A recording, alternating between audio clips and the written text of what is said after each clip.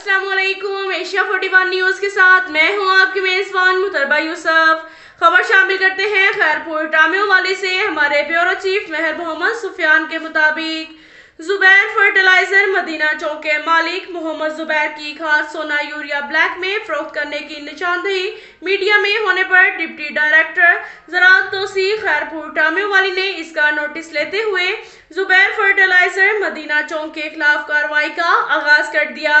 Deputy director ज़राअत Tausif Khairpur टामियों वाली अपने अमले के हमरा जुबैर फर्टिलाइजर मदीना चौक पर पहुंचा तो जुबैर फर्टिलाइजर के मालिक मोहम्मद जुबैर ज़राअत अफसरान की गाड़ी को दूर से देखते ही अपनी दुकान बंद करके फरार हो गया, जबकि डिप्टी डायरेक्टर ज़राअत डॉक्टर मोहम्मद मसूद सलीम ने सहाफ़ियों और किसानों से गुफ्तगू करते हुए कहा कि खाद ब्लैक में फरोख्त करने वाले माफिया किसी रायत के मुस्तहिक नहीं।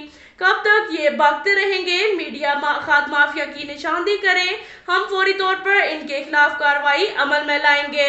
अब तक के लिए इतना ही काफ़ी है। मिलते हैं अगले बुलेटिन में, हमारे साथ रहिएगा। अल्लाह हाफ़िज़।